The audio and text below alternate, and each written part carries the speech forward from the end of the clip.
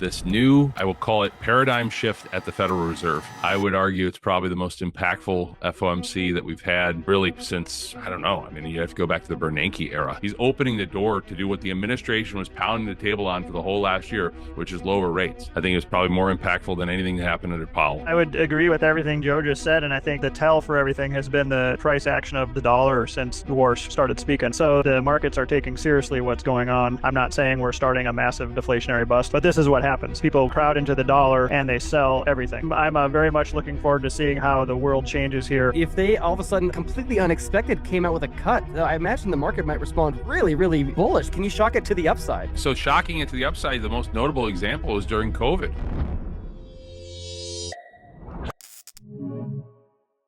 We got lots to get into: Bitcoin, markets, AI, geopolitics, but I want to start with a bit of the bigger picture. So, Joe, starting with you, what's your current kind of 30,000-foot view of the situation? What has your attention, and where do you think we're going?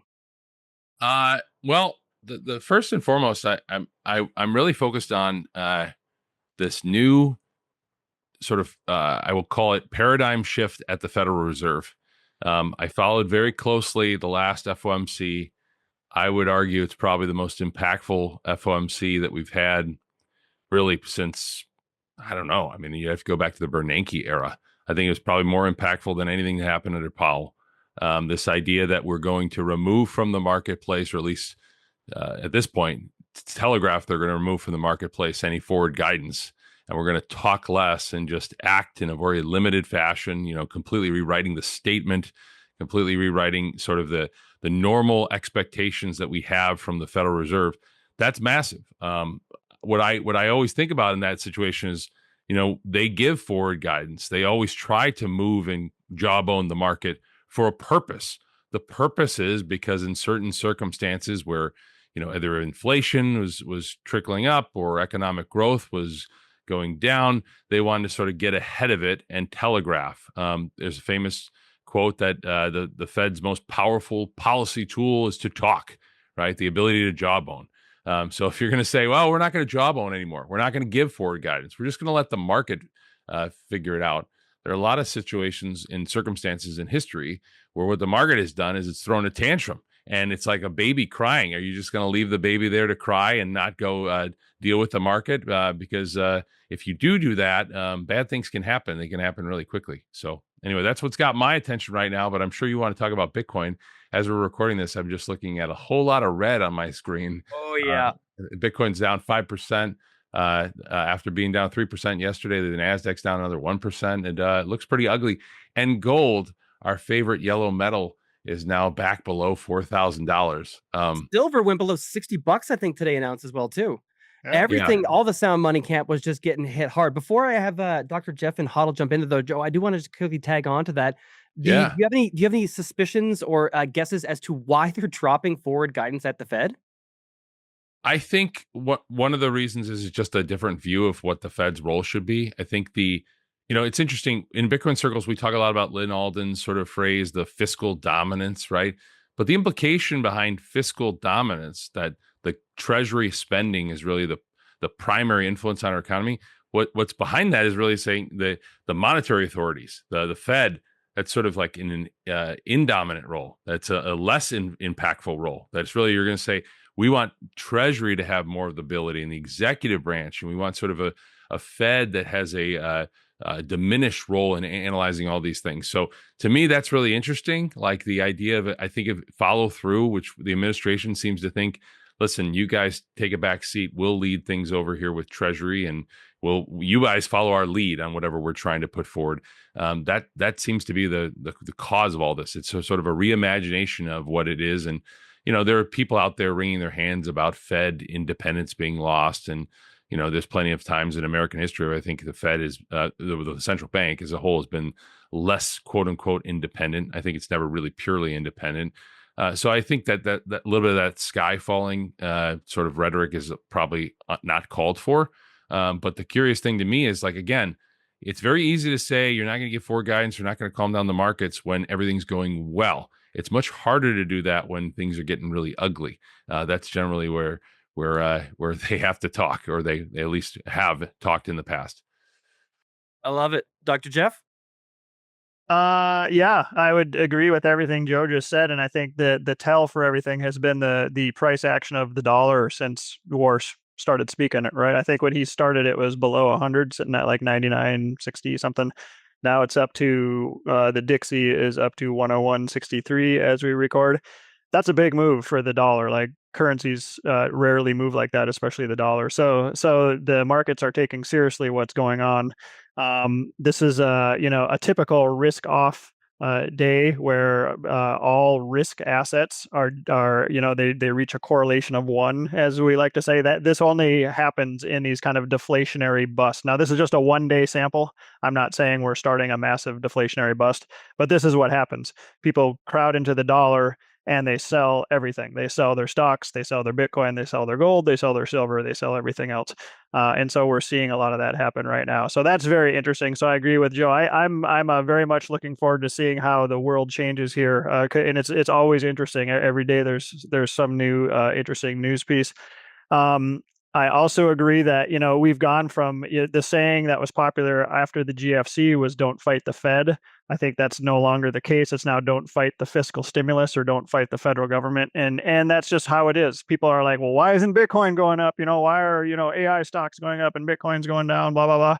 And it's because there's a limited amount of dollars, right? And those dollars are being shunted in very specific places. They're being shunted into AI and into energy and into rare earth type things, which means that there's a paucity of capital for these other things like Bitcoin. And so Bitcoin's just kind of left on the sidelines right now. All of the promises of the Trump administration that he's pro Bitcoin and that we're going to get the strategic Bitcoin reserve, all that stuff. Where'd that go, right? I mean, I'm still waiting for that. I've been holding my breath for 2 years, I think now, and it's getting tougher to hold my breath, but I'm still holding my breath for that to happen. So, Joe, Jeff, we got it. We got a strategic Bitcoin reserve established by executive order. Yes, I'm sorry. Yes, they did confiscate Bitcoin from people and took their other people's Bitcoin and bragging about taking Iran's Bitcoin as well. So, shout out to the U.S. for our strategic Bitcoin reserve. Anyways, I'm a little and a digital asset stockpile. We got a digital asset stockpile too. I don't know why they don't dump that. They should dump it right now. Yeah, I get snarky talking about it, so I'll stop talking about that. HODL, what do you think? Peptides have exploded over the last year. Search interest just hit an all-time high, and people are searching peptides more than AI right now. One company I actually trust in the space is Real Peptides, and here's what I've been running. BPC 157 was the biggest standout for recovery. Tessa and Ipamorelin helped me put on the most size I've ever had. Trinity X, a GLP-3, was incredibly potent for appetite control, and DSIP has become my go-to for sleep when I need a reset. Sourcing matters a lot, and Real Peptides is research use only, third-party tested, and even endotoxin tested, which few do.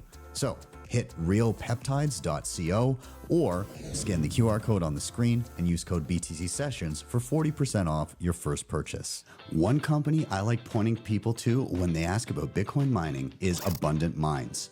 They were founded by Bo and Christine Turner after losing over $500,000 to broken promises in the mining industry. And they built their hosting model to remove the usual headaches. With Abundant Mines, you own your machines and keep 100% of the Bitcoin you mine. There's no revenue share, no hidden skims. Pricing is simple.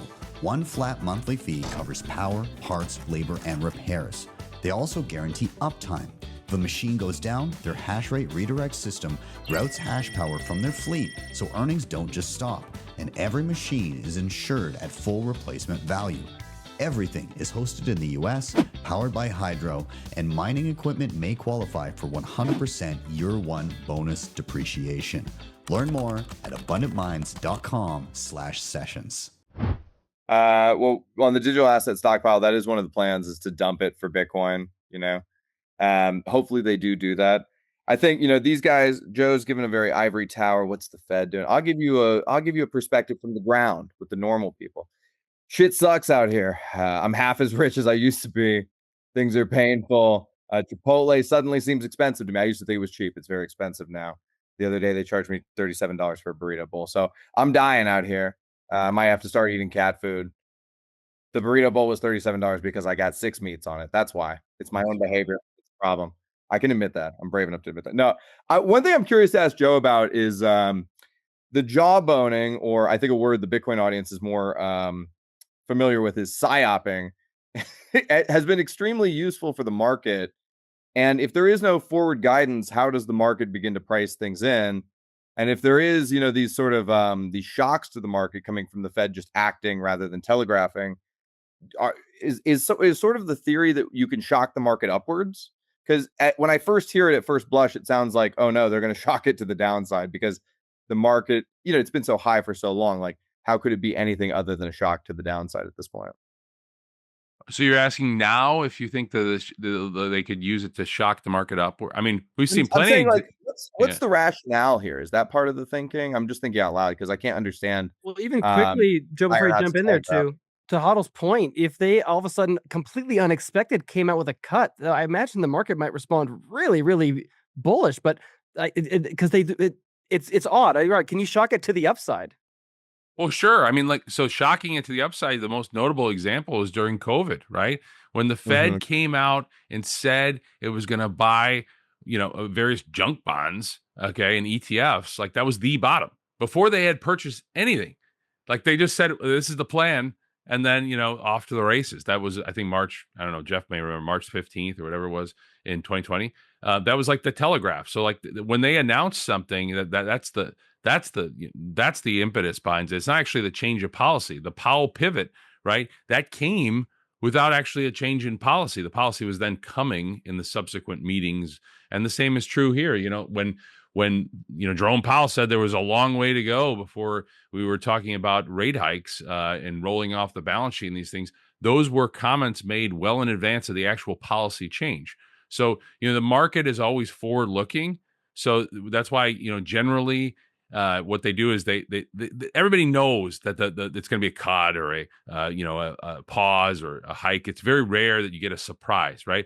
But what they always look at is the forward guidance that's given in the economic projections, the summary of economic projections, which Warsh did not sign, right? He did not join in the actual summary. That's a big deal. He's telling you, I don't really put a whole lot of stock in this. And he's got all these committees to rewrite the guidance they're going to use and rewrite what they're going to rely on for economic data, which, again, to me, the only reason you do that is because you want to change the inflation framework. You want to have a basis to say, don't look over here with this past data. That's all noise. We want to look forward. So we're looking at these new indicators that show it's perhaps more interesting, more helpful to cut, right? The most key part of the entire presser was when he had this discussion on the transcript where he said, how can you justify whether things are slow here, whether the policies are restrictive?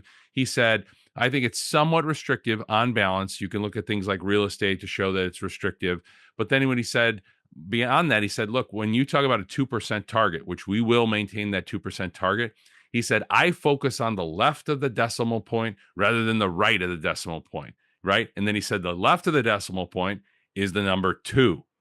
And the right of the decimal point, that's the number 0, right? So when he's saying he's focusing less on the right versus the left, what I view that is him basically telling you, I'm going to be perfectly comfortable with 2.8 or 2.7 or 2.9%, in inflation. That is entirely consistent with my mandate, and I'm not going to be too freaked out the fact that it's 2.8 versus 2.2 or 2.223.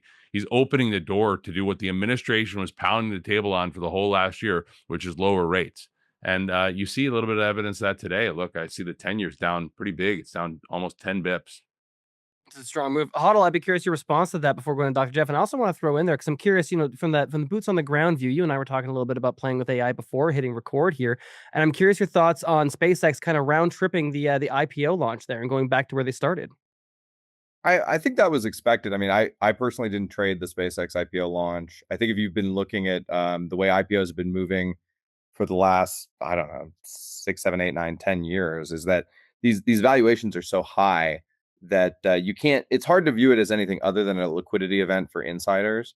And so, if you're smart money, either is saying, hey, I want to trade it on the way up and then bail, or I want to wait and let the market sift it over the course of like a year. I think the lockups on SpaceX were about a year long. So maybe there's still room to wait before you take a position in SpaceX if you're interested in it. This is even, by the way, this is just the financial dynamics before you even get into the business model of like, are space data centers the real deal? Is Elon squatting the elliptical orbits for the government? Is that, it's like all this stuff. Are we going to do heavy mining in space in the future? Like we're going to start mining the moon or something? It's like, I don't fucking know. A lot of it seems kind of retarded, if I'm being straight up honest about it. Like, I personally wouldn't invest. Great. I personally would not invest in SpaceX. I am a little bummed that Elon beat Satoshi to the $1 trillion club. I thought Satoshi would maybe get there first, because at $1 million of Bitcoin, Satoshi is a trillionaire. I think like looking at all, and by the way, back to Joe's point, I think I take everything that Joe said. It sounds accurate to me. I am interested because we have been living in this era of jawboning for so long. I'm interested to see how it plays out when we don't have it any longer. Very interesting, very interesting. Dr. Jeff, I'd be curious your thoughts, and also tagging on there in the previous conversation you guys had with Preston, you're talking a lot about like the geopolitical moves. I'm wondering how much of what's going on with Iran is still factoring into what we're seeing in the markets and your projections on where that might be going. Okay, that's pretty loaded. I'll say for Joe, first of all, you guys are all too young to remember Alan Greenspan, because this is way back in the 90s when you guys were probably still in the cradle back then. But the Kevin Warsh policy is very similar to Greenspan, right? Like he was very secretive. He did not like to give his playbook out to the general public, and they loved to surprise the markets. And it seems to me they're just going back to that old school style of doing it, which I actually kind of like personally. And I also think that they're going to take this opportunity to update the way they do data. They've always been backwards looking. That's been a huge, issue with the Fed since as long as I've been an investor. And I think they'll become a little bit more forward looking because of this. So I'm actually optimistic they'll increase their data sets and improve their data sets a little bit. Hold on. I want to read what you're saying here. Sorry. I have a quote. I just read a quote. It's right on. Oh, yeah. That's what I was thinking about. Yeah. Alan Greenspan, November 4th, 2025. If I seem unduly clear to you, you must have misunderstood what I said, speaking to the Senate committee. I love, like, literally, like, my goal is to obfuscate and not answer. That gives up the whole game on the Fed chairman. It's like, yep. That's trying awesome. to bullshit you. Hey, you. Yes, you watching the Bitcoin price movements and the latest exciting news. It's awesome to stay informed, but the real power of Bitcoin comes from taking control. Don't just watch, take action. Head over to btcsessions.ca/learn for free step-by-step tutorials that guide you through every major skill you need to know, plus full video playlists for deeper dives on any topic you like. And if you're ready for the ultimate fast track, scroll to the bottom and check out bitcoinmentor.io for premium one-on-one experience with my team of Bitcoin experts to ensure you get it right the first time. Don't wait. Secure your Bitcoin future today. Hit the link in the show notes or scan the QR code on the screen.